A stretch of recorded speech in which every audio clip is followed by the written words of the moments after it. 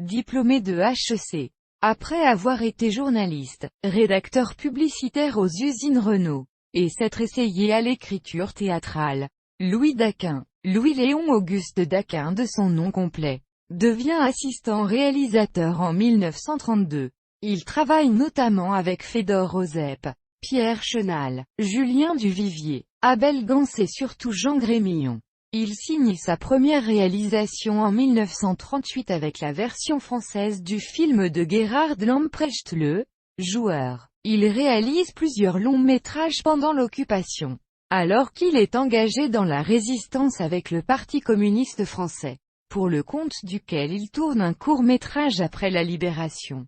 Malgré quelques films remarqués, Louis Daquin rencontre de grandes difficultés à partir des années 1950 pour financer ses projets. Il a exercé plusieurs fonctions au cours de sa carrière. Secrétaire général du Comité de libération du cinéma en 1944, cofondateur de la Coopérative générale du cinéma français, secrétaire général du syndicat des techniciens du film CGT de 1945 à 1962, directeur des études de l'IDEC de 1970 à 1977 et président de la Société des réalisateurs de films, SRF, de 1977 à 1978. En 1941 il avait écrit un roman policier sous le pseudonyme de Lewis McDaquin.